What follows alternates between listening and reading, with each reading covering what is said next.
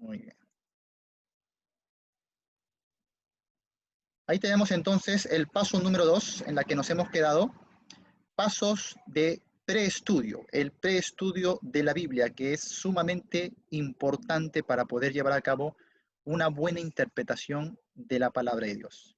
Si yo no sé los pasos y los principios que sostienen mi estudio, mi interpretación, entonces va a ser muy difícil después que yo pueda interpretar correctamente, ¿sí?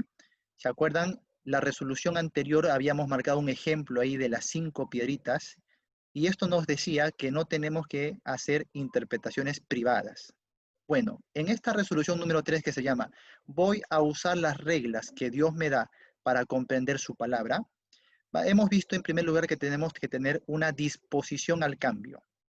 Yo tengo que venir a la Biblia ya predispuesto a obedecerla y a cambiar. ¿Qué voy a cambiar? Voy a cambiar en primer lugar mis actitudes, voy a cambiar también aquellas cosas que he aprendido mal. Mira, yo agradezco mucho al Señor por tanta gente preciosa que estoy conociendo, aparte de que ya conocí a todos ustedes un buen tiempo, pero a diario conozco a alguien nuevo, es una bendición. Ahora nos acaba de saludar precisamente una hermana que dice que es nueva también aquí en el grupo, qué precioso. Y varios mensajes que me dicen, pastor, estoy reaprendiendo. Mira, yo tenía 20 años, tenía 30 años en el Evangelio, pero me he dado cuenta que no sabía las cosas como deberían de ser. Gracias a Dios por los estudios, gracias a Dios por lo que estamos emitiendo, nos dicen que están aprendiendo nuevamente y están primero pasando la etapa del desaprender, ¿no? El desaprendizaje para luego poder aprenderlo bien, correctamente. Bueno, esta actitud debemos conservarla siempre. Aun cuando usted ya comience a entender cada vez más y más la palabra, tiene que conservar esta buena actitud, ¿ya? De seguir reaprendiendo. A ver, cuando tú estudias la Biblia de una manera más profunda, más detallada, te vas a encontrar con cositas que te van a marcar un posible error, ya sea en doctrina o en práctica. Y de repente la Biblia te va a decir, oye, eso que tú estabas creyendo no era así. Ahí tienes que tener la humildad para cambiar eso. Lamentablemente hay muchos que, aunque lo ven en la Biblia y lo ven clarito, no están dispuestos a cambiar. No, a mí me enseñaron así, yo lo creo así y así me quedo. Lamentablemente esta persona no va a madurar, no va a crecer. La semana pasada yo estaba más enfermo que lo que estoy ahora, gracias a Dios estoy mejorando, pero la semana pasada pasé casi toda una semana con alguien que me escribió al WhatsApp. Bueno, siempre hay gente que se añade ahí porque están nuestros recursos. Y entonces me escribe y me dice, pastor, he visto ahí su clase donde usted habla de la seguridad de salvación, pero yo estoy convencida de que la salvación se pierde. A ver, ¿me podría explicar alguno de estos pasajes? Entonces, obviamente yo estaba en una situación de enfermedad, no tenía las fuerzas para en ese momento, además no tenía ni la mente, estaba ahí, estaba ahí con mi mente en otro sitio. Entonces le dije, a ver, que te voy a enviar todos los posts y los videos que yo tengo acerca del tema. Entonces comencé ahí a buscar, gracias a Dios tengo todo en un índice, entonces le comienzo a enviar video tras video de enseñanzas, de prédicas, de preguntas y respuestas, de refutaciones, de artículos en escrito, de mucho que tiene que ver con la seguridad de salvación, ¿no? Y le digo, por favor, ve ahí estudiando, leyendo, está todo con sustento bíblico. Y bueno, al día siguiente recibo un mensaje en la que la persona me dice, sí, pero qué me dice de estos versos? Y yo le dije, te he enviado material como para 2 meses de estudio. ¿Cómo es posible que al día siguiente nada más ya vengan con la respuesta? Y no la entendía. Le dije, se ha tomado el tiempo de verlo, de analizarlo, de estudiarlo. Y no me responde. Y me dice, bueno, más tarde le respondo. Dígame sí o no, nada más, porque si yo le estoy enviando material, al final no lo van a revisar, no lo van a ver, entonces es por gusto. Lo que yo veo es que no quiere aprender, lo que quiere es venir es hacer una contienda, una refutación, cosa que para eso no tenemos tiempo, la verdad. Hay tanta gente deseosa de aprender, no es que no me interese, pero hay tanta gente con hambre de aprender que no tengo tiempo para los que vienen a estar contendiendo y refutando. Entonces le dije, por favor, yo le suplicaría que se tome un buen tiempo para analizar cada enseñanza, cada detalle, cada video, y después ya al final podemos seguir hablando. pasó unos días y mira, me he dado cuenta que usted tuerce la palabra, me dice, ¿no? No, mejor dicho, le dijo, manipulas la palabra, porque cada vez que hay un verso, me decía así, cada vez que hay un verso, usted dice, vamos a ver el contexto, y entonces manipulas ahí la Biblia, ¿no? Yo, la verdad, no, ya no supe qué responderle, porque cuando una persona está cerrada de corazón, hermano, le abres los 66 libros de la Biblia y aún así no va a entender. Viene un ángel de Dios, no va a querer aprender. Viene Moisés, por último, tampoco, no le va a aceptar. Ni aunque un muerto resucite, no va a cambiar. Y en ese estado tan débil que yo me encontraba, no tenía ni ánimo para discutir, para ni hablar, ni nada. Entonces, simplemente le dije, discúlpeme, pero mi servicio es para con las personas humildes que de verdad quieren aprender. Y yo no veo eso en usted. Entonces no tengo tiempo. Y lamentablemente tuve que bloquearle porque no dejaba de refutar y refutar y refutar todo el tiempo. Yo digo, wow, ¿cómo me gustaría tener ese tiempo para, cómo hay gente que tiene ese tiempo para estar perdiéndolo en contienda y en debate? A mí me encantaría. Yo le pido, Señor, ¿me puedes dar 30 horas al día, por favor? Necesito más tiempo por tanto que tenemos que hacer, pero bueno, es decisión de cada uno, hermano. Si tú no tienes el corazón dispuesto al cambio, ¿para qué estudias la Biblia? ¿Para qué? Es un tiempo, aunque sea el estudio de la Biblia, es un tiempo perdido, porque no te va a llevar a la aplicación. Y la aplicación va de la mano con tu disposición al cambio. Entonces, si yo voy a estudiar la Biblia, pero no para cambiar, estoy perdiendo mi tiempo. La Biblia dice, justo hoy con los jóvenes tuvimos una pequeña reunión y le dije, la Biblia nos enseña a redimir el tiempo. ¿Y qué es redimir el tiempo? Es llevar ese tiempo, en este caso, a su propósito original para lo que fue creado. Porque la palabra redimir en su contexto, en su trasfondo amplio, en la regla de la primera mención, la palabra redimir viene del tiempo patriarcal, donde era el patriarca que tenía el deber de tener todos los recursos y ponerlos al servicio de la familia, de la tribu patriarcal. Y cuando alguien sufría un daño, por ejemplo, ahí tenés al patriarca Abraham, que ve que su sobrino Lot, que era parte de la familia patriarcal, ha sido secuestrado. Él hace todo, levanta su ejército y va a rescatarlo, redimirlo, ¿no? Esta es la función patriarcal, lo cual quiere decir simplemente volver a alguien al seno familiar, a la casa del Padre. Esto es redención, redimir. Cuando la Biblia dice redimir el tiempo, es volver el tiempo a su propósito original. El tiempo es creación de Dios y el tiempo también es para los negocios de Dios, para la gloria de Dios, para que Dios sea glorificado, honrado y alabado. Pero el mundo no usa el tiempo para su propósito original, sino lo usa para otras cosas. Y ahí está la función nuestra, como hijos de Dios, ¿no? Como sal y como luz. ¿Qué vamos a hacer? Redimir el tiempo, traerlo a su propósito original. ¿Te das cuenta? Entonces, tenemos que aprovechar cada segundo, cada minuto que tenemos para redimir ese tiempo y llevarlo a los propósitos para lo que Dios lo ha creado. Ya esto lo aplicamos en la manera personal. Entonces, si yo voy a estudiar la Biblia, por más que yo invierta horas estudiando la Biblia, pero sin disposición al cambio, ¿qué estoy haciendo? No estoy redimiendo el tiempo, sino estoy mal usando o perdiendo el tiempo. ¿Te das cuenta? ¿Y de qué me sirve estudiar tanto la Biblia cuando no voy a hacer lo que la Biblia me dice? Ya no cumplo mi propósito de redimir el tiempo. ¿Te das cuenta? Así que tiene que haber disposición al cambio sí o sí. Si no, no voy a avanzar en mi aprendizaje bíblico. ¿Ya? Número 2, honrar al Espíritu Santo. No descuidar esta comunión plena con el Espíritu Santo. No dejar de pedir su guía, su dirección. Es un proceso clave en mi estudio. Al inicio, durante el estudio, después del estudio, como ya hemos visto, siempre depender del Espíritu Santo. ¿Ya? Nosotros vamos a estudiar aquí recursos hermenéuticos, pero acuérdense que la base nos enseñó que esos recursos hermenéuticos se tienen que complementar con los recursos espirituales, si no, no sirven de nada. Lamentablemente hoy tenemos muchos académicos de la Biblia, pero muy pocos siervos de la Biblia. Tenemos académicos de renombre, con muchos grados, créditos, títulos institucionales, seminarios, institutos, universidades, ¿no?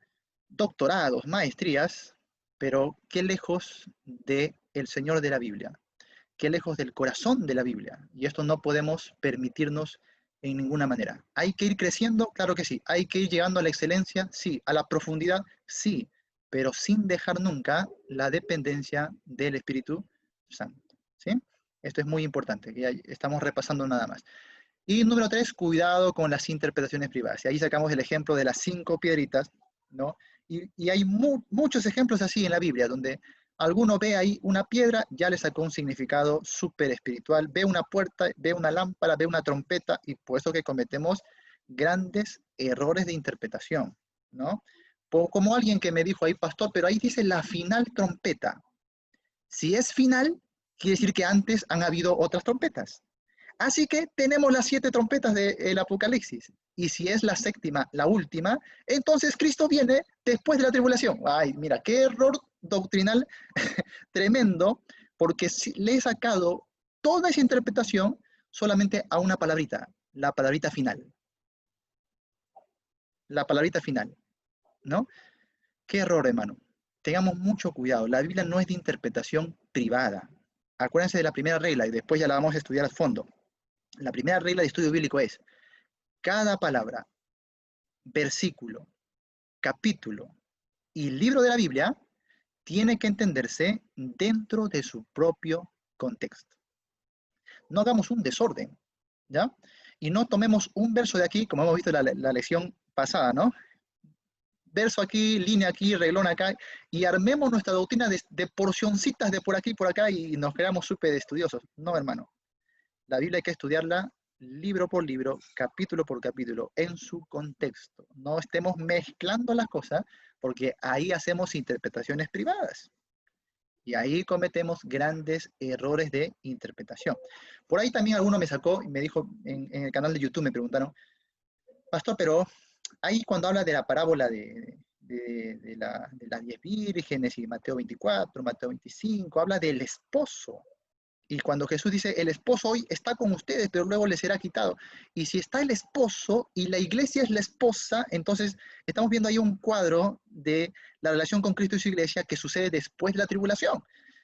Ay, Dios mío. A veces no sé si ganarme las greñas, que ya se me están cayendo, ¿no? o jalarme aquí y rajarme las vestiduras. Hermano, no toda vez que la Biblia hable de esposa se refiere a la iglesia. O toda vez que la Biblia dice esposo, se refiere a la relación Cristo-Iglesia. A veces esa relación va a ser en cuestión de Cristo y la nación de Israel. O en el caso de esa parábola, no tenía nada que ver con ninguno de los dos. Simplemente está presentando un ejemplo de una boda para entender una verdad que tiene que ver con el reino de los cielos. Ahí no está hablando nada de la iglesia. Pero ¿cuál es nuestro problema? Que tendemos a espiritualizar palabritas. Acá dice esposo, ahí está, Cristo y la iglesia. Acá dice boda, no, definitivamente es la iglesia, ¿no? Acá dice lámpara, ese es el Espíritu Santo que va a ser quitado en el arrebatamiento. Y comenzamos a torcer la escritura porque le ponemos mucho énfasis a las palabritas aisladas. Mucho, mucho cuidado con eso, ¿ya? Después podemos seguir viendo ejemplos, no se preocupen. Vamos a ver este principio acá. No torcer ningún versículo bíblico. Mira, como yo he cumplido el primer principio, que era, voy a venir a la Biblia con un corazón dispuesto al cambio, me va a ser fácil después lo otro, que es honrar al Espíritu, que es no hacer interpretaciones privadas, y por último, no torcer ningún versículo. Porque ¿qué pasa si yo no empiezo con el primer principio y no tengo una disposición al cambio?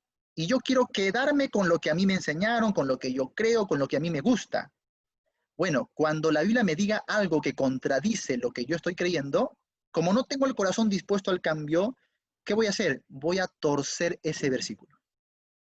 ¿Para qué? Para acomodarlo a lo que yo quiero que diga, ¿no? A lo que yo quiero que el versículo enseñe. Entonces, eso se llama torcer las escrituras. Porque la Biblia puede decir algo muy claro, pero yo le doy otro significado. Y ahí tenemos que cumplir una regla que después también vamos a analizar. Es la regla de la interpretación literal de la Biblia. Hay muchas formas de interpretar, en este caso hablando ya de las reglas hermenéuticas, ¿sí? Una o dos de las principales serían la interpretación alegórica, espiritual, y la segunda es la interpretación gramática literal. ¿Cuál de ellas dos, que son las más usadas, las más famosas, las más comunes, cuál de las dos es la correcta, la que debemos nosotros asumir? Es la segunda, la interpretación gramática literal, no la interpretación alegórica. Ojo, no estoy diciendo que la Biblia no contiene alegoría. Sí, la Biblia contiene alegoría en algunas porciones, pero por la interpretación gramático-literal entiendo que esa alegoría se explica ahí mismo en la Biblia. O sea, no necesito yo tener una interpretación alegórica para interpretar la alegoría. Con la misma interpretación gramática literal, entiendo las alegorías que hay en la Biblia. ¿Sí me dejo entender? Entonces, la interpretación correcta es la interpretación gramática literal. Y es por eso que estamos aprendiendo desde el detalle más pequeño a desmenuzar un texto bíblico. Porque yo tengo que entender que cada palabra es inspirada por Dios. Toda la escritura es inspirada por Dios y útil para enseñar, redarguir, corregir e instruir en justicia, a fin de que el hombre de Dios sea perfecto, enteramente preparado para toda buena obra. Quiere decir que es suficiente. La Biblia es suficiente para hacer de ti un hombre perfecto. ¿Necesitamos algo más aparte de la Biblia? Revelaciones extrabíblicas, profetas, apóstoles, sueños, visiones. No, porque ya la Biblia dice, ya ella es suficiente para llevarte a ser un hombre perfecto y enteramente preparado para toda buena obra. Por lo tanto, no necesitamos nada más que la Biblia. ¿Sí? Muy bien, entonces, como la Biblia es inspirada por Dios, hermanos, cada palabra cuenta. Y el principio quiere decir lo siguiente, mira, yo debo interpretar la Biblia lo más literal posible hasta que sea cuerdo hacerlo, hasta que sea plausible hacerlo o razonable hacerlo. ¿A qué me refiero? Por ejemplo, si yo leo que la Biblia dice, Jesús comió pan, ¿cómo debo entenderlo eso? ¿Ah? Que Jesús comió pan. Nada más que eso. ¿Sí o no? Cuando la Biblia dice, Jesús lloró, ¿cómo debo interpretar eso?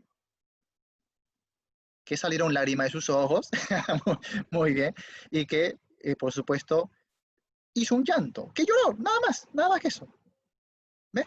¿Estamos interpretando la Biblia? Sí, porque interpretar es entenderla como fue escrita, nada más que eso.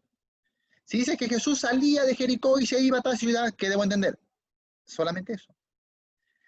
Y entonces lo interpreto literal como dice el texto, a menos que ya sea absurdo hacerlo. Por ejemplo, cuando Jesús diga, yo soy la puerta, el que por mí entrare será salvo.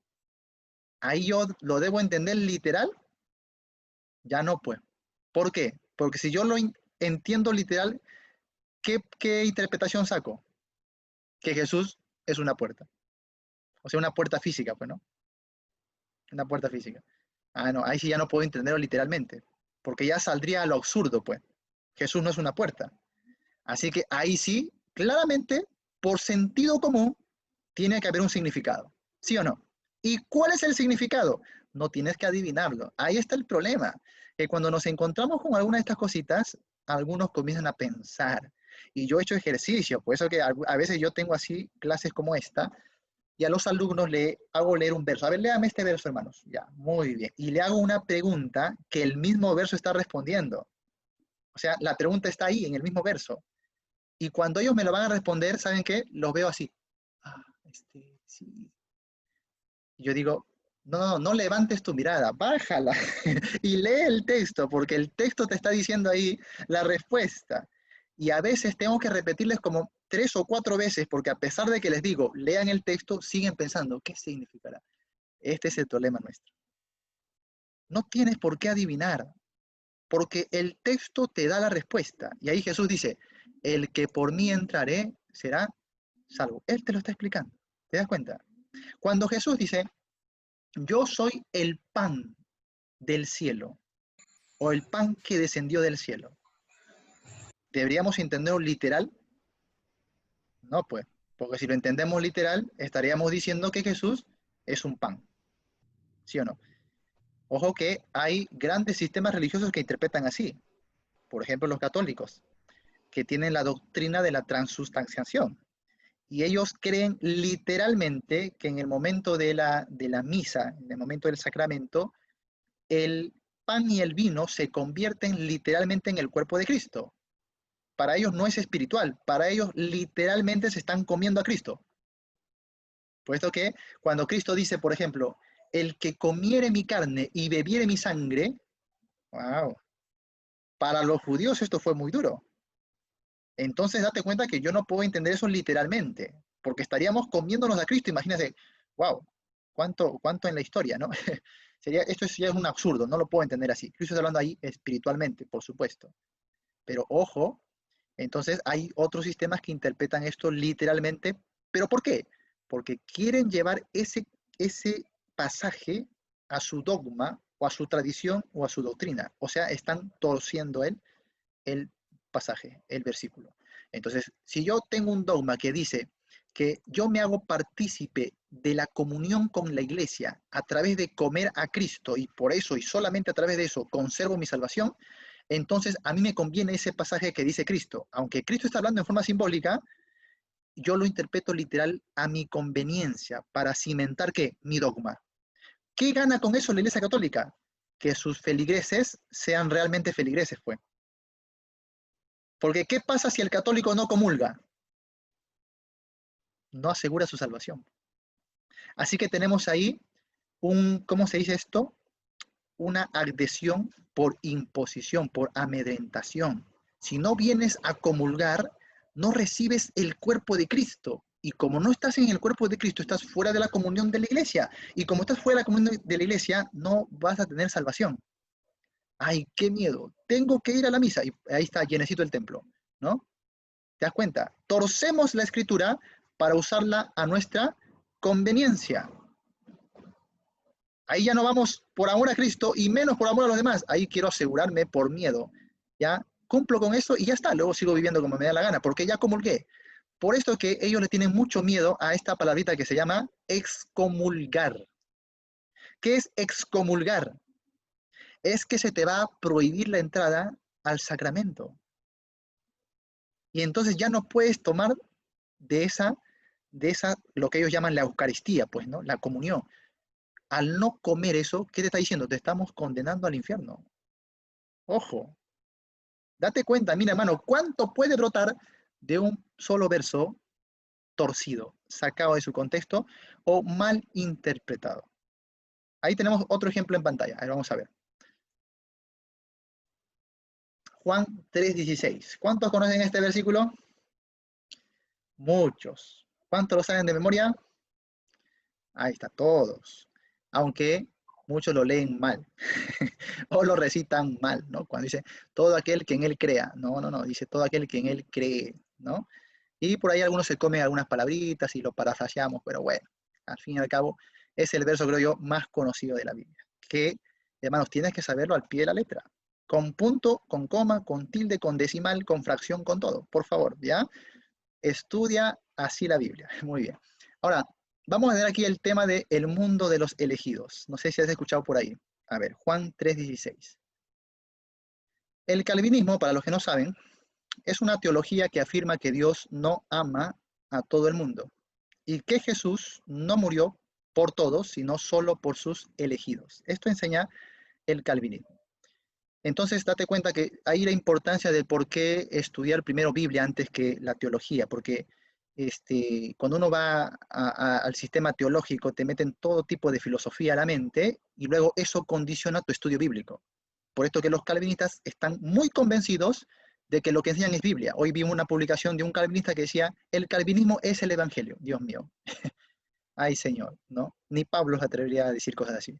Y bueno, pero ellos están muy convencidos de que lo que enseñan es bíblico. ¿Por qué? Porque cuando ellos llegan al discipulado, sí, aunque no es discipulado, pero bueno, es su discipulado de ellos, le enseñan directamente la teología y le enseñan filosofía. Y por eso crecen ya desde que se han convertido, crecen con este pensamiento y creen que su sistema es bíblico, cuando es enteramente filosófico. Y vamos a demostrarlo. No voy a tomar muchos pasajes, solamente vamos a ver esto porque no es clase de apologética, entonces se quedarán con la curiosidad para otro tema, ya, para otro curso, ¿ya? Así que solamente este poquito, nada más. Entonces, Juan 3:16 es un verso que usan ellos para, bueno, para torcerlo, ya que Juan 3:16 no se amolda a su línea filosófica de teología. Para ellos que no exista Juan 3:16, porque el verso es claro. El verso que dice, porque de tal manera amó Dios al mundo. ¿Qué hizo por ese gran amor? Que ha dado ¿a quién? A su unigénito Hijo. ¿Para qué? Para que todo aquel que en él cree no se pierda. ¿Y entonces qué? Sino que tenga vida eterna. ¿Es difícil de entender esto? Necesitamos no sé, entrar en un trance ahí. ¿Ah? Necesitamos que hacer 40 días de ayuno y oración para entender un verso tan clarísimo. Y más todavía cuando miramos todo el contexto de la conversación de Jesús y Nicodemo, que es tremenda, ¿no? Es muy fácil de entender este verso, es clarísimo, no hay nada que añadirle, pero obviamente a ellos no les conviene. ¿Por qué? Porque ellos no quieren aceptar que Dios ama a todo el mundo. Para ellos el amor de Dios es limitado. Ojo que los calvinistas creen en un Dios limitado. Su amor es limitado, su misericordia es limitada, su gracia es limitada, sus atributos son limitados. Tengan cuidado, ¿ya? Ahora vamos a ver otro. El problema es que no hay ningún versículo en la Biblia que afirme esas enseñanzas. No hay verso que diga que Dios ama solo a un mundo de elegidos y que Jesús no ha muerto por todos, solamente por sus elegidos. No hay pasaje. Entonces, ¿cómo se atreven a enseñar eso? Por filosofía y por torcer versos tan claramente escritos en la Biblia. ¿Ya? A ver, número 3. Así que para ellos, no hay más remedio que forzar la interpretación de algunos versos claros de la Biblia. ¿Para qué? Para que se ajuste a su línea de pensamiento, por supuesto. Así que, en el caso de Juan 3:16, ellos afirman que la palabra mundo no se refiere a toda la humanidad. A ver, ¿cuál es la treta aquí? ¿Cómo logramos que Juan 3:16 se amolde a nuestra doctrina? Sencillo, la palabrita mundo va a ser entendida con otro significado. En lugar de ser todas las personas del mundo, mundo se va a referir solo a la esfera de los elegidos. Comentario de John MacArthur en Juan 3:16. Lee ahí su Biblia, la Biblia de MacArthur, por favor. Y ellos dicen, no, elegido solamente, o mundo solamente es la esfera de los elegidos. Ah, ya, ahí sí acomodamos todo, porque lo que estaría diciendo el verso realmente es, porque de tal manera amó Dios a sus elegidos, que ha dado a su único hijo para que todo aquel elegido que en él cree no se pierda, sino que tenga vida eterna. ¿Te cambió todo el significado o no? Te cambió todo. Te maloró la infancia, ¿sí? Solamente porque no encajaba este versículo en su línea de pensamiento. Ay, yo creí que Dios nos amaba a todos. No, piña. Si eres elegido, te ama. Y si no soy elegido, no sé, pues, no te tocó la rifa. Lo siento. Y para aquellos como yo, que hemos sido siempre tan salados que nunca salimos en nada ganadores, ay Dios mío, si habré salido elegido yo. Te das cuenta que esta doctrina, si se puede llamar doctrina, te lleva al fatalismo, te lleva a la incertidumbre, ¿no? Te lleva a la inestabilidad. ¿Cómo tú puedes saber que eres elegido? No hay forma de saberlo. No hay ninguna forma de saberlo. La única vía que ellos encuentran para ver si alguien es elegido es que si persevera hasta el final, al final terminan siendo arminianos, porque la clave para ellos está en la perseverancia igual que los arminianos, porque no hay forma de saber que yo soy elegido. Si es que algún día te veo en el cielo, es que eras elegido. Ay, qué remedio, ¿no? Dios mío. Bueno, ahí no hay que rajar mucho los calvinistas, sino que se van a jalar los pelos, ¿ya? Bueno, acá hay un detalle. Acá hay un detalle importante que considerar. A ver, en el contexto, cada individuo de este grupo llamado mundo tiene que creer o si no, se perderá. ¿Cómo lo sé? Porque ahí dice claramente, ¿no? para que todo aquel que en él cree no se pierda, sino que tenga vida eterna. A ver, mira el verso que sigue.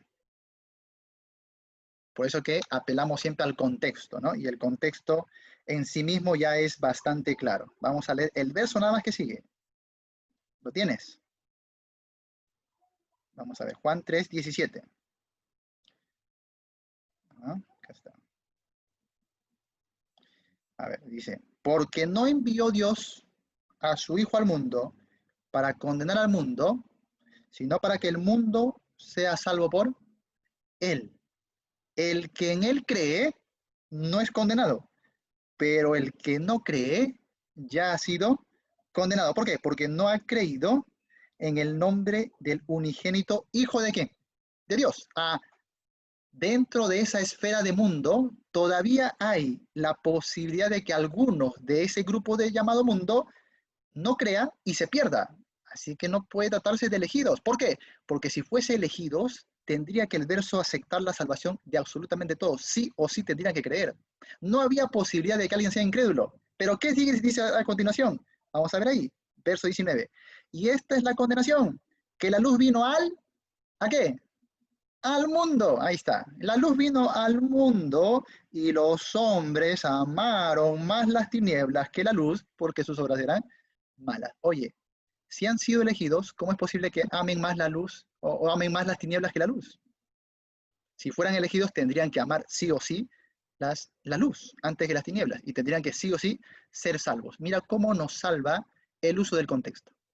Mientras que ellos apelan a la filosofía para torcerte una palabrita y decirte, no, tú recuerdas aquella oportunidad, mira la sagacidad, tú recuerdas la oportunidad cuando los fariseos, los saduceos estaban viendo a Jesús con mucho celo y exclamaron, mira, todo el mundo va tras él.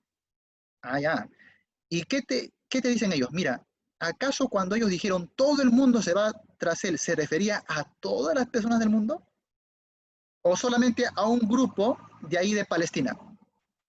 No, se refería a un grupo. Solo que usa un hipérbole para decir que era todo el mundo, pero no era todo el mundo. Así igualito en Juan 3:16, aunque diga todo el mundo, no se refiere a todo el mundo, sino solamente a un grupito. Ay, Dios mío. ¿Cómo se llama esto, hermano? Viveza. Son timadores, hermano, hay que decirle la verdad. Porque no, hermanos, no nos quieren hacer quedar como si fuéramos gente no pensante, no razonable. Es lógico, por eso tenemos el principio, hay que entender la Biblia literalmente hasta que sea posible hacerlo. A ver, cuidado con los micrófonos. Hay que entender la Biblia lo más literal posible hasta que sea razonable hacerlo.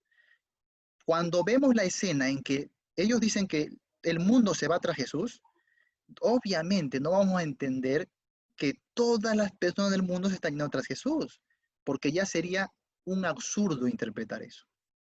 Pero en Juan 3:16 el contexto es diferente, porque no te está contando un hecho histórico que en el momento está sucediendo con las personas, sino que te está contando o te está narrando o sustentando una verdad espiritual, una verdad doctrinal. Y la verdad doctrinal de Juan 3:16 se basa en los versículos 13 al 15. Vamos a verlo ahí. Claro, porque a veces nos guiamos de los subtítulos. ¿Qué hay antes del 16? ¿Qué hay antes del 16? Ahí en tu Biblia. Antes del verso 16, ¿qué hay? Un subtítulo, ¿sí o no? ¿Qué dice el subtítulo? De tal manera amó Dios al mundo. ¿Cómo nos daña ese subtítulo? Porque la media dice, ahí está empezando algo, ¿no? Y no entendemos que hay una hilación. Jesús no ha dejado de hablar con Nicodemo en el Juan 3:16. Todos esos versículos es la misma conversación de Jesús y Nicodemo. Pero algunos creemos que Jesús termina su conversación con Nicodemo antes, ¿no? No, sigue hablando con Nicodemo. Entonces, la base para Juan 3:16 la encontramos en estos primeros versos. Por ejemplo, vamos a ver aquí. Verso 12. Por el verso 12 entendemos que Jesús estaba hablando cosas terrenales o cosas celestiales. Cosas celestiales, fue, hermano. Ahí nomás ya lo acabaste al calvinista. Ya lo tumbaste al suelo. Porque él te saca un ejemplo de cosas terrenales, pues todo el mundo se va tras él, cosas terrenales. Pero ¿qué está haciendo Jesús aquí? ¿Hablando de cosas terrenales o cosas celestiales espirituales? Ahí, cachetada espiritual. Pa, pa, pa. ¿Ya ves? Aprende a estudiar la Biblia en su contexto. Dice ahí, si os he dicho cosas terrenales y no creéis, ¿cómo creeréis si os dijere las celestiales? Ahí está. Jesús pasa a hablar de las cosas celestiales, espirituales, y le dice, nadie subió al cielo, sino el que descendió del cielo, el Hijo del Hombre, que está en el cielo. ¿Cómo es esto? ¿Cómo que descendiste del cielo y estás en el cielo? Verdades espirituales. Quiere decir que aquí ya no rige la lógica terrenal, pues, mano, sino rige la lógica celestial, espiritual. Aquí está hablando Jesús doctrinalmente. Por eso le anunció, ahora te va a dar un calambre cerebral, porque te voy a hablar de cosas celestiales. Si no entiendes lo básico que es el nacimiento, imagínate tú si te hablo lo que el Hijo del Hombre ha visto estando en el cielo. Es más, tú lo ves ahorita en la tierra y sigue en el cielo. Pobre cerebro de Nicodemo, Dios mío, me compadezco de este hombre, ¿no? No quisiera estar ahí. Y menos mal que no estaba en público, sino, pobrecito, ¿cómo hubiese quedado, no? En tremendo roche. Pero bueno, roche aquí es vergüenza. A ver, dice ahí, nadie subió al cielo, sino el que descendió del cielo, el Hijo del Hombre que está en el cielo. Y como Moisés, aplicación histórica, gramática del Antiguo Testamento a una verdad espiritual que le está narrando en este momento. Como Moisés levantó la serpiente en el desierto, así es necesario que el Hijo del Hombre sea levantado. ¿Para qué? Para que todo, no dice elegidos. ¿Dice elegidos? No. No dice elegido, dice para que todo aquel que en él cree no se pierda, mas tenga vida eterna. Esta es la base de Juan 3:16. Porque enseguida comienza el 16 diciendo, ¿por qué? ¿Ves? ¿Por qué dice por qué? Porque por qué es un conector lógico de razonamiento. El razonamiento aquí es buscar una razón. Quiere decir que lo que le ha dicho ahora va a ser explicado a continuación. Porque de tal manera amó Dios al mundo que ha dado, ojo, ese mundo tiene que ser interpretado a la luz del verso 15, donde Jesús ya dijo, para que todo aquel, y ahí no puso la palabra mundo, ahí no puso elegido, simplemente para que todo aquel que en él cree. ¿Y cuál era la base histórica? Era las serpientes en el desierto, las serpientes ardientes. ¿Recuerdan la historia, no? En Números, muy bien. En el libro de Números encontramos ahí que el pueblo, todo el pueblo estaba bajo el juicio de Dios, o solo unos elegidos. No, todo el pueblo. Ahora, ¿quiénes vinieron a clamar para que las serpientes les sean quitadas? Todo el pueblo vino a Moisés, por favor, que ya el Señor se lleve estas serpientes, nos arrepentimos, hemos pecado contra Dios. Muy bien, Moisés ora al Señor y el Señor establece, no Moisés, sino el Señor dice, yo voy a determinar la forma en que el pueblo va a ser sano. Hazte una serpiente, colócala ahí, una serpiente de bronce, coloca en el desierto. ¿Qué tienen que hacer? Si alguno es mordido, mira a la serpiente y será sano. Cristo dice, así el Hijo del Hombre es levantado para que todo aquel, ojo hermano, Dios nos dijo, Moisés, de todo el pueblo, van a mirar solo los elegidos. No. Cualquiera que sea mordido por la serpiente, mire, acto de fe, ¿no? Mira, y en ese momento, sano. Ahí está. Cristo toma esta figura y dice, así el Hijo del Hombre es levantado para que todo aquel que en él cree no se pierda, sino que tenga vida eterna. ¿Es muy difícil entender esto, hermano? No, simplemente hay que leer el contexto. Pero mira, hermanos, qué peligroso puede ser esto de torcer las escrituras. Todo por mi afán de conservar mi posición teológica, mi posición doctrinal, lo que a mí me gusta, lo que a mí me han enseñado, yo quiero defenderlo a capa y espada. Y si aparece un verso que me está corrigiendo, enseñando, ¿qué hago? Pues lo cambio su significado, cambio la palabrita, le doy por ahí otro pensamiento. Esto se llama torcer las escrituras. No hagas esto. Tienes que proponértelo antes de estudiar la Biblia. Señor, ayúdame para no torcer tu palabra. Ayúdame para quedarme con lo que usted ya ha establecido ahí, de una manera tan clara y tan sencilla. Mira, cuando Jesús enseñaba la Biblia, hermanos, lo hacía sencillo, ¿sí o no? Claro que sí. Jesús, el maestro de maestros, el que conoce palabras inefables, ¿sí? El sabio de sabios, te enseñaba en un lenguaje muy sencillo, muy coloquial, ¿sí?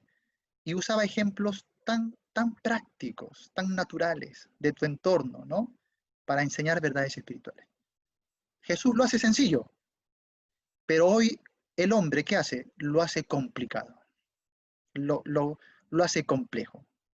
Y ahí cometemos grandes errores. Y luego el pueblo muere de hambre porque cree que no puede entender la Biblia. No, hermanos, todos podemos entender la Biblia. Repítelo otra vez. Todos podemos entender la Biblia. Muy bien. Todos podemos entender la Biblia, sin excepción alguna. ¿Ya? Solamente que necesitamos ser instruidos en los principios adecuados para estudiar correctamente la Biblia. Pero todos tenemos la capacidad.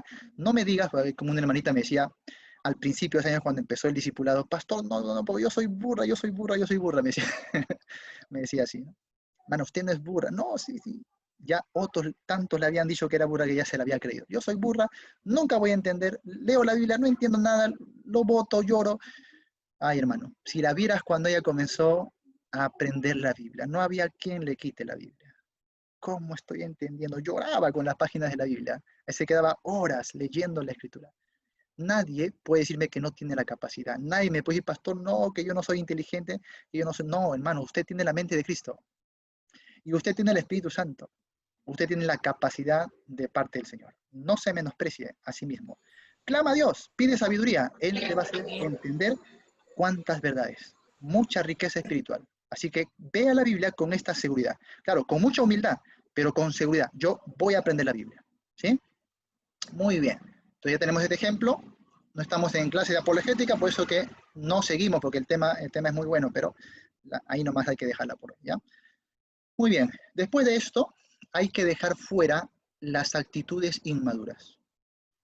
Hay que dejar fuera las actitudes inmaduras, ¿ya?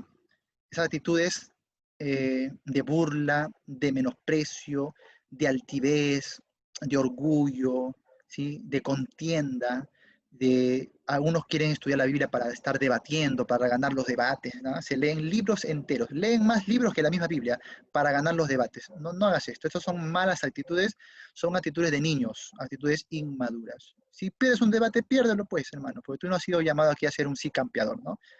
¿Ya? Muchas veces a mí me han dicho de todo, me han dicho cobarde, que tienes miedo, que me digan lo que me digan. Yo no he venido aquí a estar peleándome con todo el mundo, ¿no? Hemos venido a exponer la palabra de una manera clara y sencilla, y aquel que tenga un corazón para aprender, amén. Y aquel que no quiera, bueno, amén también, se respeta, ¿no? Perdemos el tiempo a veces, algunos por vanagloria, ¿no? Por contienda, por rivalidad.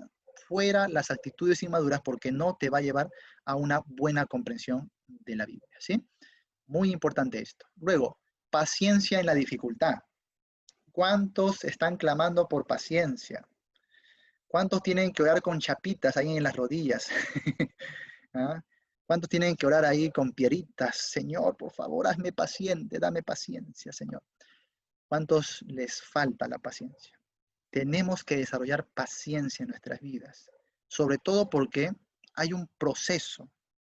Tú no vas a poder, así como te he dicho, vas a entender la Biblia, pero tampoco que la vas a entender de hoy para mañana ya toda, ¿no?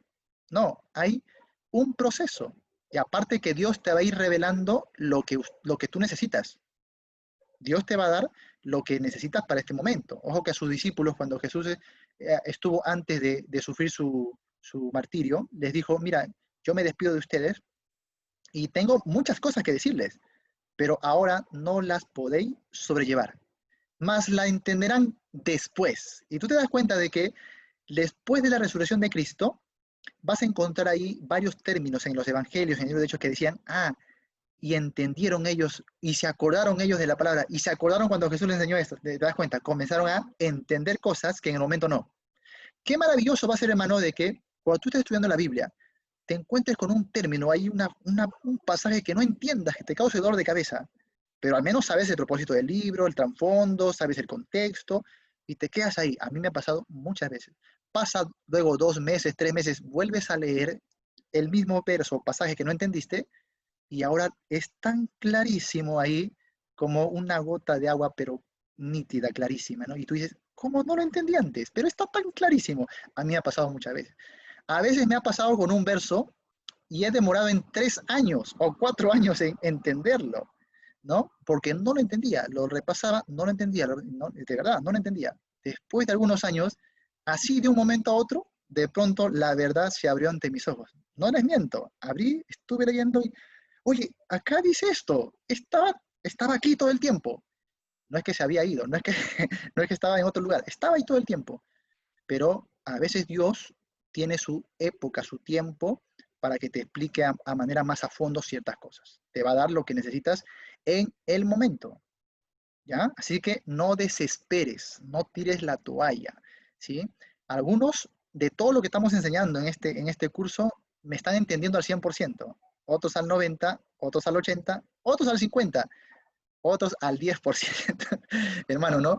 Pero es natural porque así es la enseñanza bíblica y así es el aprendizaje. Y eso no quiere decir que, ay, no, mejor me salgo de este curso y ya será para otro porque yo no entiendo nada. No, no hagas eso. Persevera, sigue adelante, ten mucha paciencia. Vas a ver cómo después de un tiempo te vas a gozar tremendamente cuando empieces a entender cada vez más y más y más la palabra, ¿ya? Paciencia en la dificultad. Luego, esfuerzo para aprender. Claro que tiene que haber esfuerzo. Antes me escribió alguien diciendo, pastor, asegúreme bien el horario para ponerme alarma, porque aquí yo tendría que levantarme a las 3:30 de la mañana para ver la clase. Y casi me caigo para atrás, ¿no? Qué hermoso. Hay gente que en este momento nos está viendo en la hora de la madrugada. Yo antes no lo creía, pero anteayer recibí un mensaje de unos hermanos en Japón, hermano. Yo les contaba que cuando empezamos esto apuntábamos a América Latina, luego nos extendimos a Norteamérica, ¿no? Luego llegamos a Europa, ahora estamos incursionando en Asia, hermanos. Qué precioso, me caí para atrás porque jamás yo me imaginaba que íbamos a llegar hasta allá. Y ahí, y menos porque ahí pues los chinitos, los japoneses, hablan otros idiomas, pero hay público ahí de habla hispana, y hay muchísimos, y me dicen que hay un grupo que se reúne que está estudiando con nuestros videos y con nuestros recursos. Qué precioso. Y decía, wow, Señor, ¿no? Todo lo que puedes hacer, eres maravilloso. Pero estas personas que viven tan lejos hacen un esfuerzo tremendo. Yo digo, ¿cómo es posible que la que vive acá, a unas cuadras de mi casa, diga, no puedo, pastor? ¿Cómo es posible, Señor? Tiene que haber esfuerzo, por favor. Tiene que haber esfuerzo, tiene que haber disciplina, tiene que haber sacrificio. Al principio va a ser muy difícil, pero a medida que uno continúa en ese esfuerzo, ya no te va a ser difícil, ni cansado, ni fatigoso, te va a ser deleitable, muy deleitoso. Cada vez lo vas a saborear más. Se va a encender más tu primer amor, tu fervor, tu hambre por la Biblia. Ya no vas a poder vivir sin comer Biblia, hermano. Yo empecé hace ya más o menos 18 años atrás. Hasta hoy no se me va el hambre. Cada día hambre por aprender más y más y más. No se me va. Y no creo que se me vaya. Hay mucho, hay una riqueza, hay un mundo, hermanos, que te espera en el conocimiento bíblico, pero qué tremendo. Si hasta el día de hoy usted me puede decir que ha sido bendecido con alguna enseñanza, alguna clase, usted ha entendido algunas cosas, se ha deleitado, se ha gozado. Hermano, déjeme decirle que hay muchísimo, muchísimo más que no te imaginas. Así que tienes que tener esfuerzo. Da sacrificio, ¿sí? No sé, ahí mójate la cara, haz algo. Pero ten mucho esfuerzo, por favor. No tires fácilmente la toalla. ¿Ya? Muy bien. Luego tenemos el siguiente principio. La Biblia es el mejor comentario. Repítelo, 2 y 3. La Biblia es el mejor comentario. No hay mayor comentario, diccionario, exposición de la Biblia que la Biblia misma. De ahí, en una de las reglas hermenéuticas vamos a aprender lo que es el principio de la comparación escritura con escritura. Porque es común la pregunta que a veces me vienen, pastor, ¿qué libro, qué comentario me recomiendas, ¿no? Para estudiar la Biblia. Y yo le digo, la Biblia, hermano. Y para entender el Antiguo, te recomiendo el Nuevo Testamento. Ay, pastor. Y para entender el Nuevo Testamento, el Antiguo, mi hermano. No hay mejor comentario que la Biblia misma, créeme, por favor. Ahora, no estoy desechando los comentarios, los libros. Yo tengo libros, tengo cientos y cientos de libros y comentarios.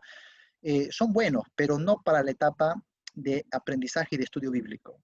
eso lo puedes ya tomar después, cuando ya hayas progresado mucho en la comprensión, cuando ya tengas tus propios estudios, tus propios análisis, tus propias interpretaciones, ya cuando tú enseñes, bueno, ya puedes ir a otras fuentes para seguir creciendo.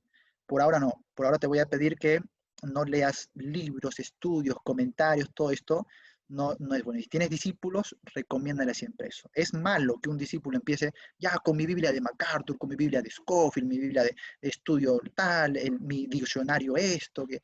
No, hermano, Biblia, solo Biblia, nada más. Ustedes lo van a comprobar en este curso, suficiente la Biblia. No necesitamos nada más. Y de paso, te ahorras. No estás gastando ahí comprando material, ¿no? Te ahorras y más bien de repente apoyas al necesitado, no lo sé. Pero vas a ver que con la sola Biblia puedes entender mucho más que con cualquier otro material. A veces los materiales nos van a limitar más bien, porque te va a condicionar ahí el entendimiento. Así que mucho cuidado, ¿ya? Ni siquiera los materiales de Pastor Jonathan.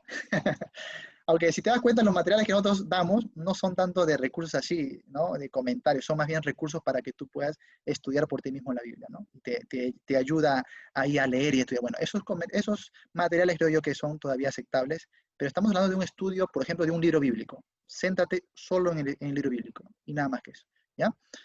Muy bien, luego tenemos esto, desechar falsas enseñanzas, importantísimo.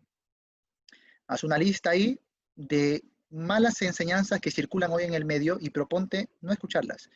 Hazte una lista de falsos maestros, malos maestros que tuercen las escrituras y proponte no escuchar. Yo a veces me encuentro con gente que dice, sí, pastor, lo que pasa es que yo sé que ellos no están bien, enseñan mala doctrina o tienen mala práctica, pero retengo lo bueno, ¿no? He aprendido a retener lo bueno y desechar lo malo, sacándome de contexto el mismo versículo, ¿no? Y aplicando, no importa, yo escucho a tal predicador, algunos incluso escuchan a predicadores de sectas. Wow, yo me quedo sorprendido con eso, cristianos que escuchan a predicadores de secta. Vamos a estar como Pablo en Corintios 6, que dice que acaso no hay un sabio entre vosotros que pueda enseñar palabra, que tenemos que ir allá al mundo, afuera del reino, a buscar sabiduría.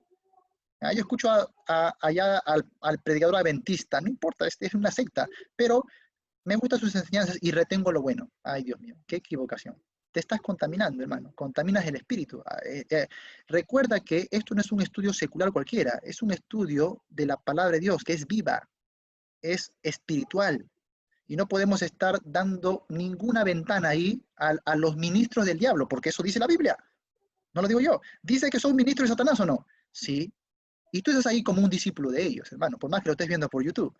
Entiende que, por favor, hay que desechar toda mala enseñanza porque contamina tu espíritu y te está llenando en la mente de presuposiciones.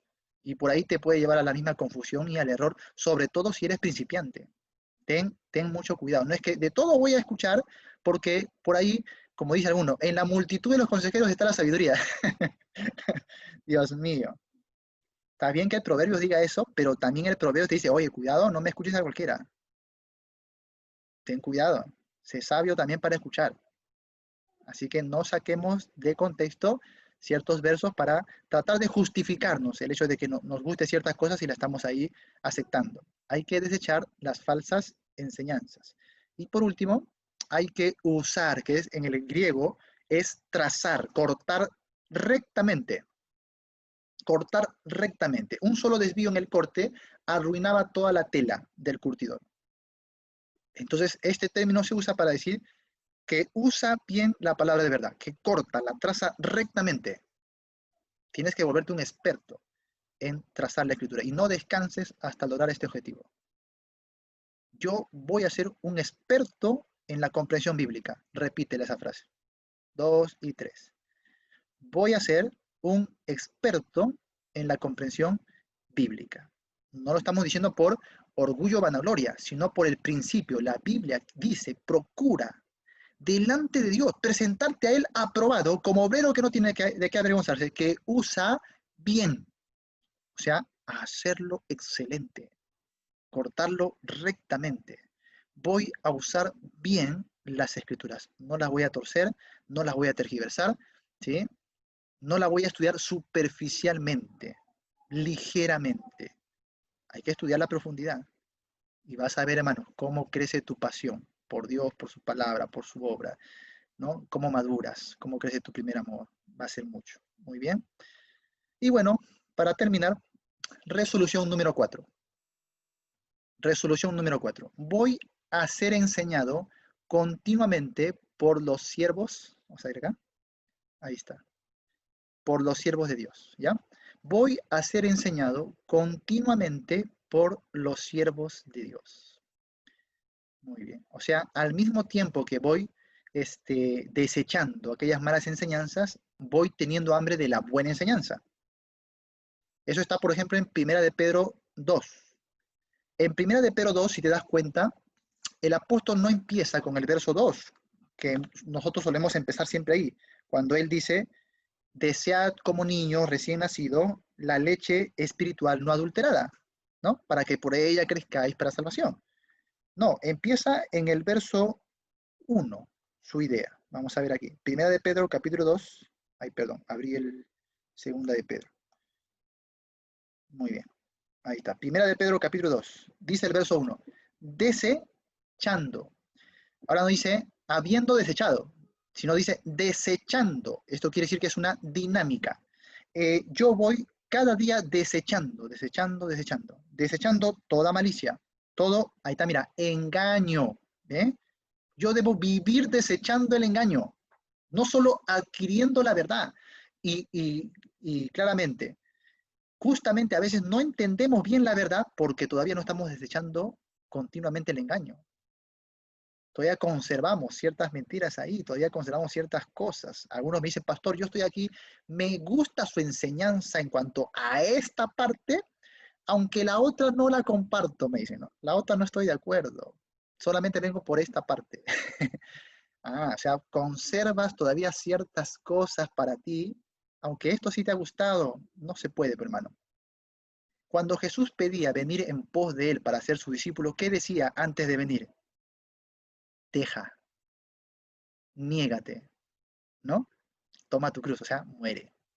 Deja a tu padre, a tus hermanos, deja las redes, deja las mesas, deja todo. Niégate completamente. Es más, niégate a ti mismo. Desecha. Y entonces sí, ven y sé mi discípulo. No se puede. Mientras yo voy siguiendo a Cristo, voy arrastrando cosas de antes. No se puede. Para irme a un lugar, tengo que dejar otro lugar. No puedo estar en los dos al mismo tiempo. Entonces, tengo que ir desechando continuamente. Ahí Pedro lo dice claramente, ¿no?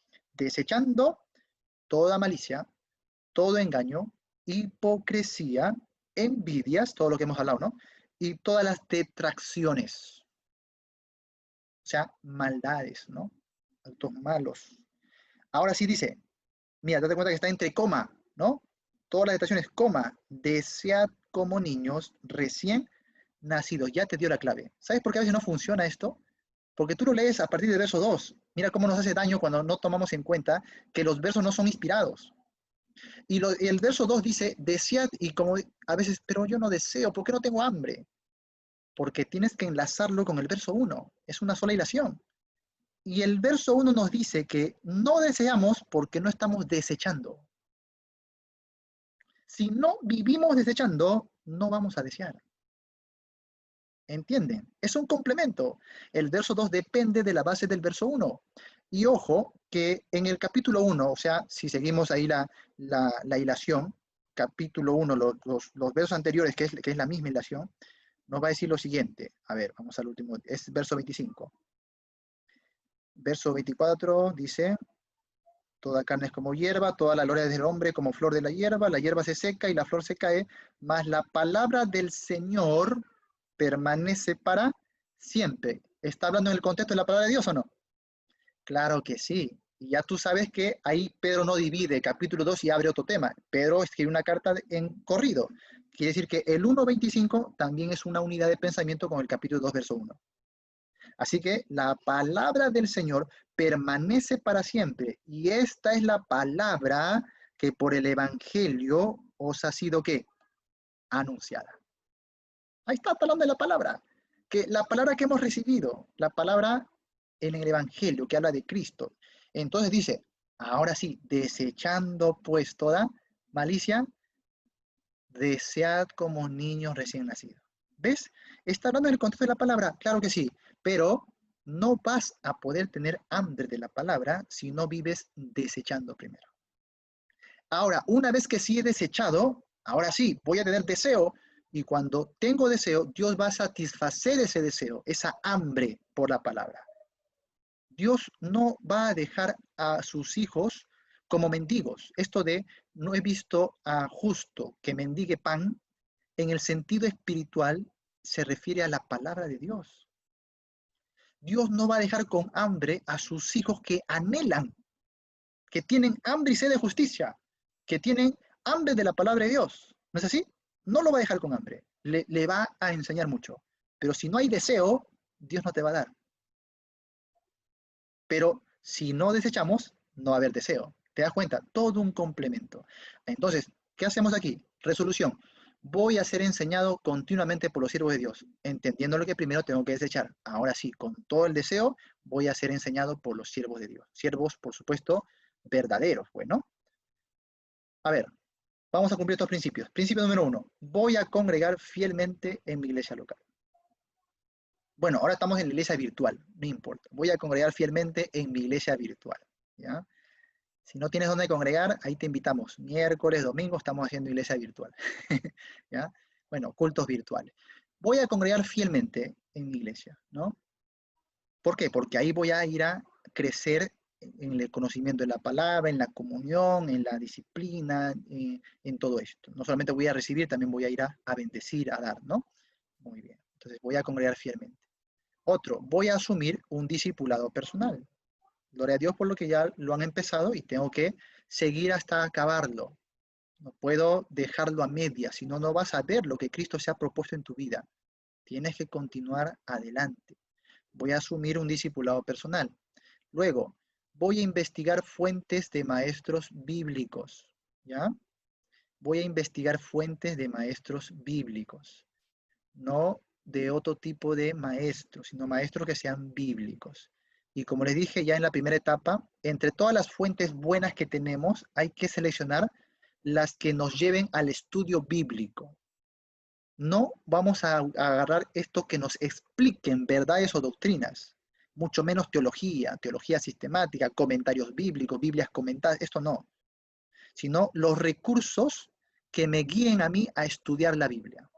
¿Ya? Por ejemplo, un panorama bíblico, una síntesis del Antiguo Testamento o del Nuevo Testamento, ¿sí? Por ejemplo, principios de interpretación, hay materiales que dicen, ¿cómo estudiar la Biblia? Bueno, estos recursos sí son buenos porque te van a dar herramientas para que tú estudies la Biblia, que es diferente. Dicho sea de paso, oren porque ya estoy finalizando dos recursos, ¿no? Uno que es la síntesis del Nuevo Testamento, que ya va a salir a luz muy pronto, que es un recurso netamente didáctico para que tú, o sea, por ti mismo, estudies la palabra, ¿no? Ya se va a complementar, luego voy a sacar uno completo de toda la Biblia, Antiguo y Nuevo Testamento.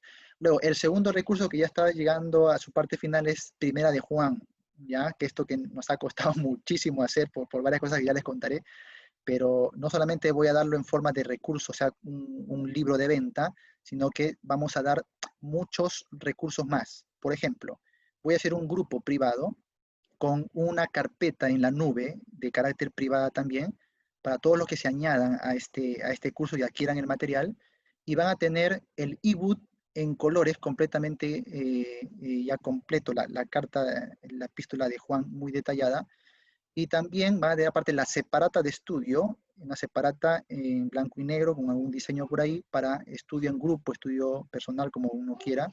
Vamos a dar también los audios devocionales, por lo menos para un mes.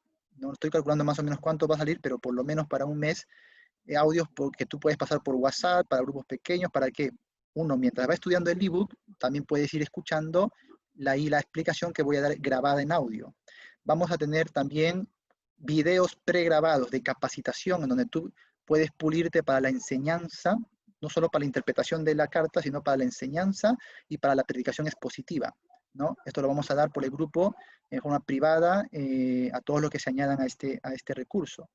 Aparte de eso, voy a hacer unas transmisiones en vivo donde vamos a dar toda la capacitación posible en estos materiales porque hay otro recurso que se llama tarjetines, donde vamos a llenar con muchos tarjetines que vas a usar para la memorización, para la enseñanza, para los visuales. Te vamos a dar diapositivas interactivas también, que te van a servir para la exposición, sobre todo en estos tiempos también de tecnología. Puedes usar diapositivas como estas, interactivas, que tengan ahí funciones, animaciones, para que enseñes.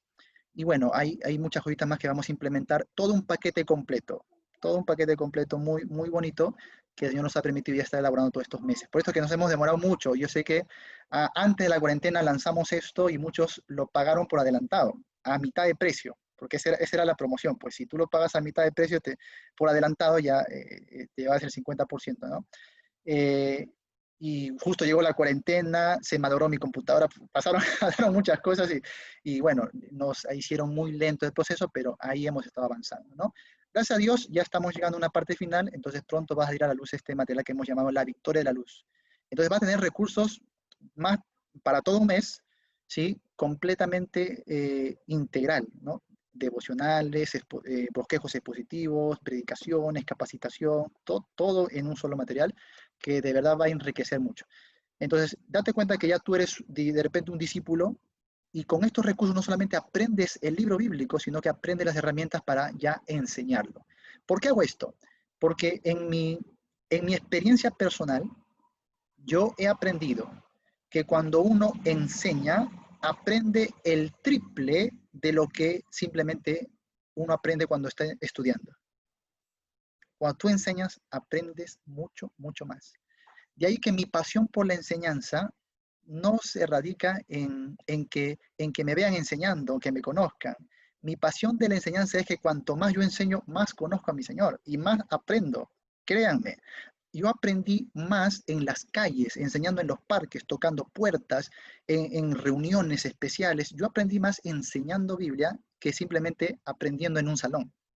Cuando yo llegué a un seminario, yo ya estudiaba la Biblia muchos años y ya, gracias a Dios, había una comprensión de la Biblia, ¿no? Después del seminario, hasta el día de hoy, sigo estudiando más y más la Biblia, pero en mi experiencia, lo que más me ha enseñado es enseñar. Paradójicamente, ¿no? Porque yo sé que por ahí nace el concepto, no, que tú no puedes enseñar hasta que tú no sepas bien, tú no puedes enseñar hasta que tú tengas un conocimiento pero tremendo y tengas tu preparación o termines tu esto, y te llenan de tantas cosas que al final, pobres cristianos, están ahí siempre sentaditos. No, no es el tema, pero después yo les voy a enseñar porque hay bastante base bíblica que una clave para profundizar en el conocimiento bíblico es enseñar.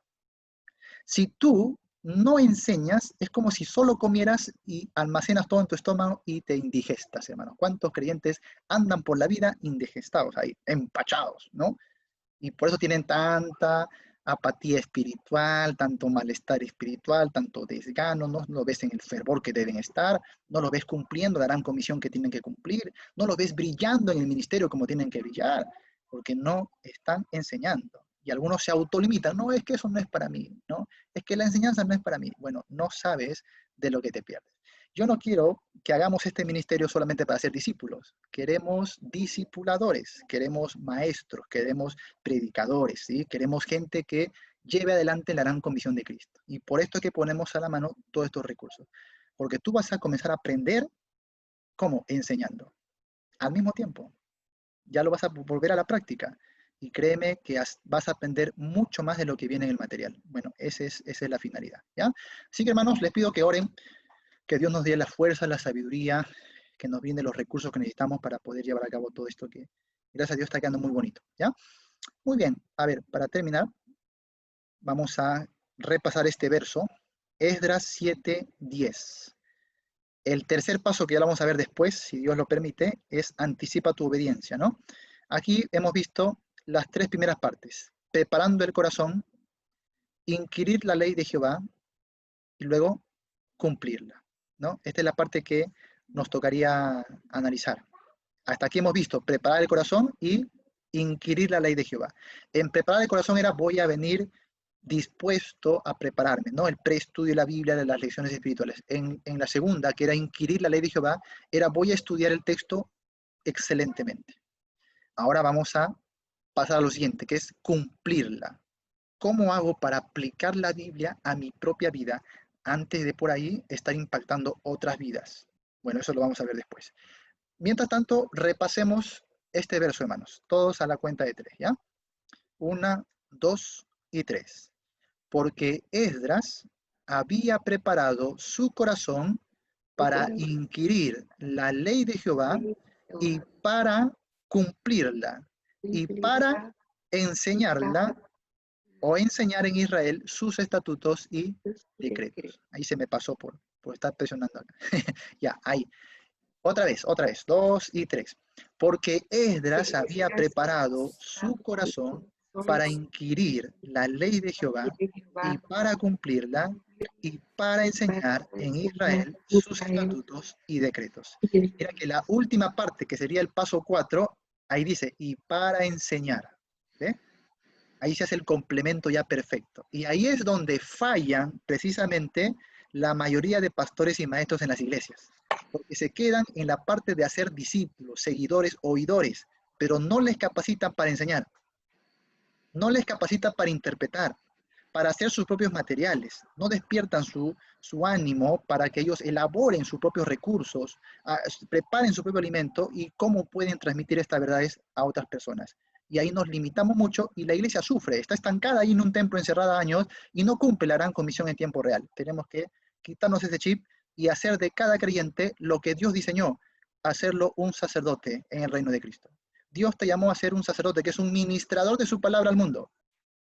Somos reyes y sacerdotes, un reino de sacerdotes más que nada, ¿no? En donde el rey, por supuesto, es Cristo. Nosotros ministramos ese reino, esa persona de Cristo, a las otras personas. Así que hay que cumplir esto.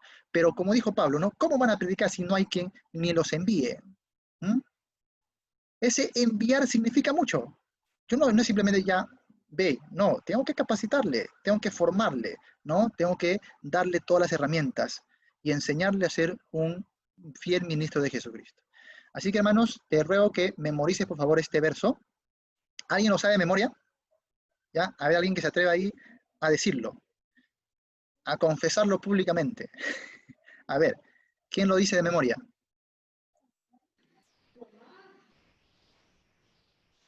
A ver, vamos a ver aquí, hay manitos levantadas. Muy bien, María. A ver, María Orquídea, por favor. Yo le bendiga, hermano. Muy bien. Porque Esdras había preparado su corazón para inquirir en la ley de Jehová, para cumplirla y para enseñar en Israel los estatutos y decretos. Muy bien. Ahí te comiste en la I para Sí, cumplirla. Muy sí. bien. A ver, muy bien. A ver, hermana Alexandra, creo. ¿Sí, no? No, Alexandro. Muy bien, a ver. Tengo el nombre de mi esposo, no sé cómo Ay. fue que se me puso. Perdón, hermana. Muy Dios bien. le bendiga, pastor. Igualmente, Sí, hermana. porque Esdras había preparado su corazón para inquirir la ley de Jehová y para cumplirla y para enseñarla en Israel sus estatutos y decretos. Ya, muy bien. No es para enseñarla, es para enseñar. Y para ¿Ya? enseñarla. Muy bien. A veces no confunde y está bien, estamos aprendiendo, ¿ya? Muy bien. A ver, ¿alguien más levantó la manito acá? A ver, un ratito que no sale aquí no me sale el cursor para abrir. A ver, ¿quién levantó? Hable nomás en el micrófono, hermanito, hable nomás. No puedo ver la manito porque no aparece el cursor. Porque Esdras había preparado su corazón para inquirir la ley de Jehová y para cumplirla y para enseñar en Israel sus estatutos y decretos. Muy bien, ahora ya veo. Y de Romero, ¿no? Muy bien. Sí, Gracias. hermano. Muy bien. A ver, ¿alguien más levantó la mano acá? Vamos a ver. Alguien más levantó, pero ya no sale su manito. ¿Quién levantó? ¿Nadie más? Nadie más. Ya, entonces todos ahora, todos castigados. Muy bien, a ver, a la cuenta de 3, ¿ya? Trata de no mirar, ya, no cedas la tentación, ahí nomás sin mirar, ¿ya? Solamente mira ahí la pantalla, no mires el versículo, ¿ya? 1, 2 y 3. Porque gracias a Dios preparado para inquirir la ley de Jehová y para cumplir cumplirla. y Y para para enseñar Israel en sus sus estatutos estatutos y y decretos. secretos. Muy bien. Ahora, algunos empezaron con y. No es y, es porque. ¿Ya? Porque Esdras había. Había. Bien, porque Esdras había preparado su corazón. ¿Para qué? Para inquirir la ley de Jehová Para y inquirir la ley de enseñarla y para cumplirla, para Cumplirla. enseñarla y para enseñar en Israel sus estatutos. A en Israel Israel sus estatutos. sus Me pone decretos. nervioso, hermano, me pone nervioso. Sus estatutos y decretos. Muy bien, vamos a estar enseñando ya en clase. Hazte un tarjetín ahí. Ya, en esta semana les voy a estar enviando nuevos tarjetines, ya, para que los puedan usar a colores muy bonitos. Y por ahí hay muchos versos de memoria también. Entonces, todos estos que vamos aprendiendo, tú vas a ir elaborando tarjetines ahí a tu gusto, a tu modo. Algunos me han enviado al WhatsApp y están preciosos, están muy bonitos. Sigan adelante en eso, que así se aprende también muchísimo y te va a dar recursos también para enseñar a otros, ¿no? Muy bien, hermanos, gracias por atender la lección de hoy. Gracias también a los que están en el Facebook siguiéndonos. Hermanito, que Dios me lo bendiga. Si hay alguna preguntita, a ver si alguien tiene alguna pregunta en cuanto al curso.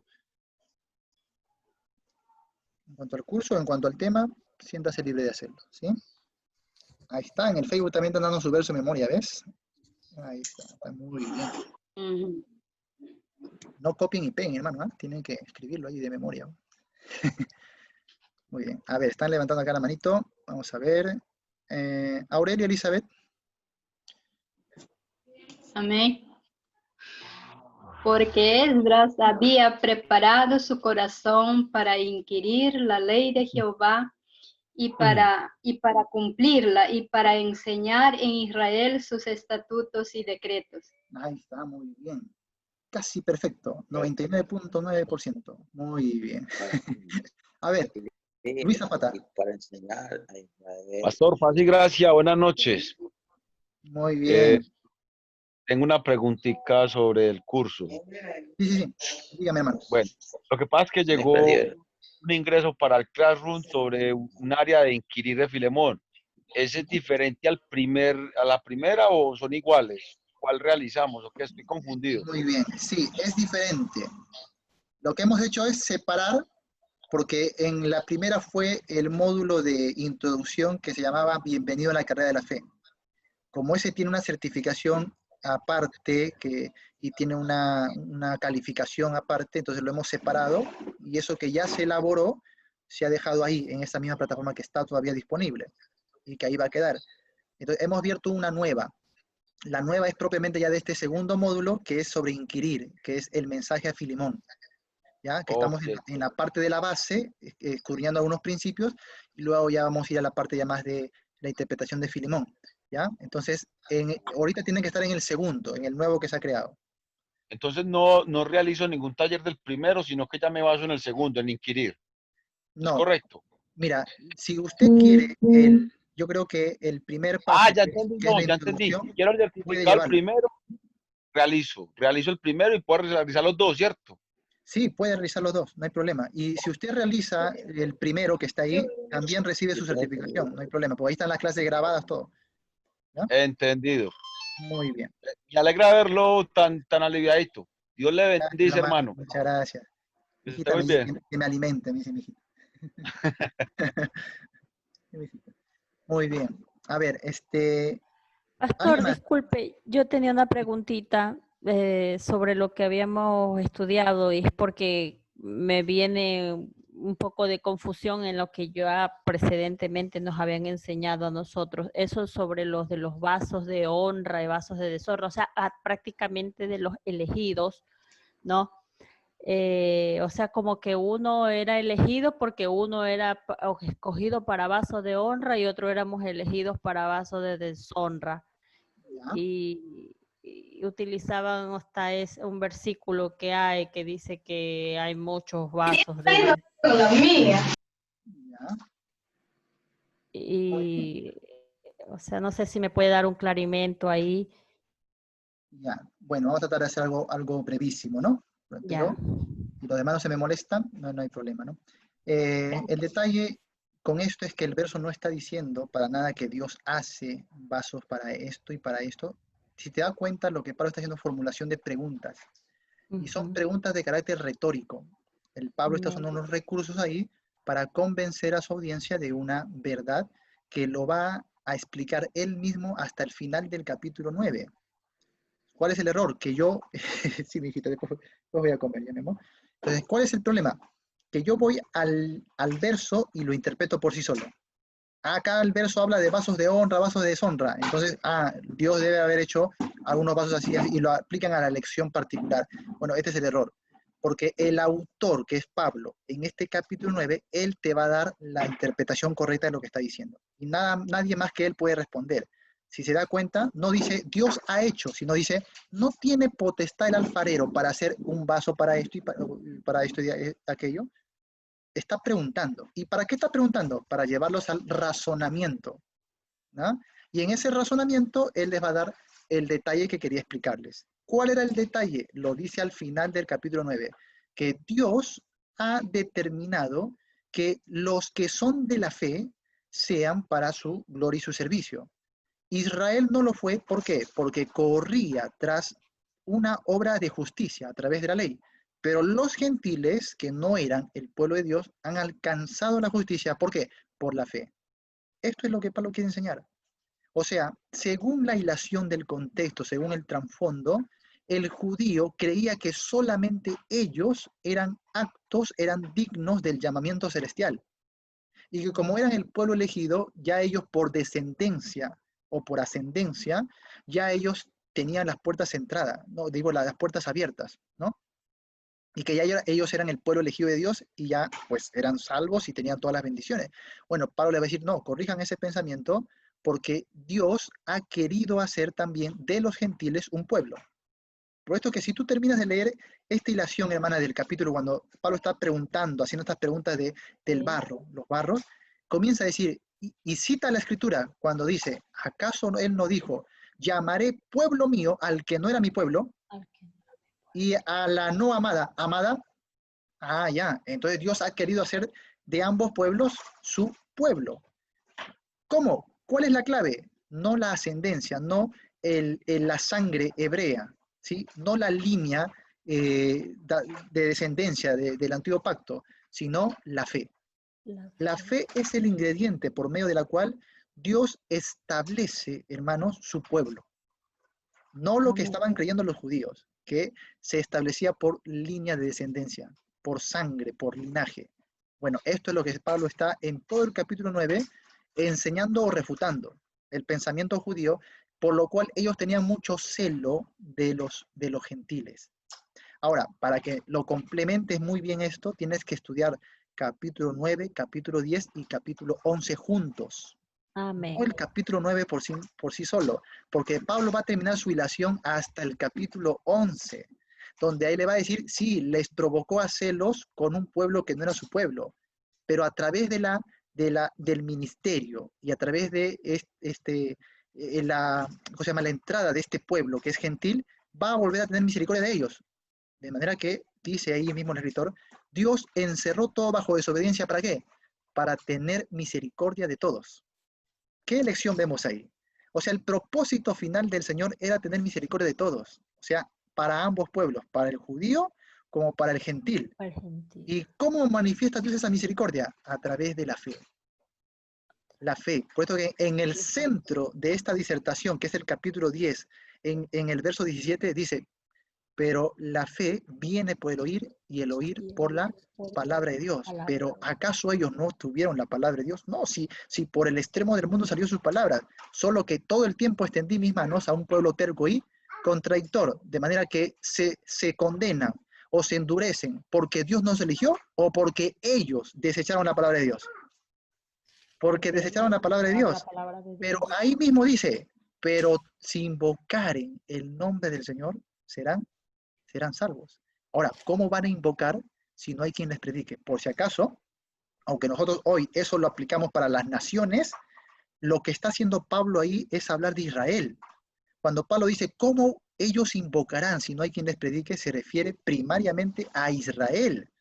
que está en incredulidad, que está en endurecimiento, y según el verso 1 es porque ellos estaban orando, o él estaba orando por ellos. Mi oración y mi anhelo para con Israel es para salvación. ¿Qué endurecimiento estamos hablando? O sea, ¿qué falta de elección estamos hablando?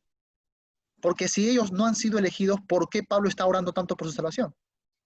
¿Y por qué está pidiendo que se le envíe misioneros a predicarles el evangelio?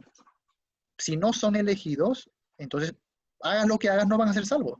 Bueno, no está eso en la mente de Pablo, porque Pablo está diciendo, mi anhelo y mi oración para con Israel es para salvación. ¿Te das cuenta? Entonces tenemos que predicarles la palabra de verdad, para que de todas maneras, Pablo dice, muchos de ellos sean salvos. Así que ahí no vemos elección, no vemos que Dios está atajando a algunos para que sean salvos. Lo que estamos viendo es respuesta diferentes de dos pueblos. Un pueblo que se endurece porque cree que son los elegidos y otro pueblo que es justificado porque acepta en humildad la salvación por fe, sin Amén. obra, sin esfuerzo de la ley. Entonces, ¿qué está diciendo Pablo? Por favor, judíos, la nación de Israel todavía puede ser salva. ¿Cómo? Por la fe en Cristo Jesús. Esto es la potestad del alfarero. O sea, date cuenta que el error es, nuevamente, tomar una frasecita o tomar una palabrita, sacarla de su contexto y torcer esa palabrita y acomodarla a mi doctrina. Porque lo que Pablo está haciendo cuando toma la figura del alfarero que tiene potestad, no está queriendo decir que elige a algunos y desecha a otros, o que a unos elige para salvación y a otros elige para condenación. Lo que él está queriendo decir es que el alfarero tiene autoridad para hacer las cosas como le plazca. ¿Y cómo lo ha hecho? ¿Cómo lo ha diseñado? Que todos sean salvos por la fe en Cristo Jesús. Amén. Haciendo de ambos pueblos un solo pueblo. Esa es la potestad del alfarero. ¿Y quién le puede refutar? Nadie. Así que el judío no podía decir, óyeme, pero si yo soy elegido, yo tengo la sangre, yo tengo la circuncisión, yo tengo los pactos, las promesas, los cultos. No puede decir nada. Si el alfarero quiere levantar a algunos que no son de la circuncisión para su salvación, por medio de la fe en Cristo, ¿quién eres tú para decir algo? ¿Quién eres para que altergues con Dios? Nada. Dios ha querido tener misericordia de todos. Bueno, en síntesis, esto es lo que Pablo nos va a explicar en Romanos 9, 10 y 11. Tengo un pequeño Amén. libro, un pequeño librito que te da toda la instrucción, el trasfondo, el contexto, todo. Te lo explica todo Romanos 9. Y se llama así el libro, Romanos 9. ¿no? Si lo quieren, lo pueden adquirir. Un libro muy sencillo, pero te va a explicar muy bien todos estos pasajes. ¿Ya? Amén. Muy bien, hermanitos. A ver, ¿alguien tiene una pregunta más? Una sola nada más, a ver. Muy bien. Nadie, ¿no? Bueno, entonces si no hay preguntas, entonces nos quedamos hasta ahí, hermanos. Que Dios me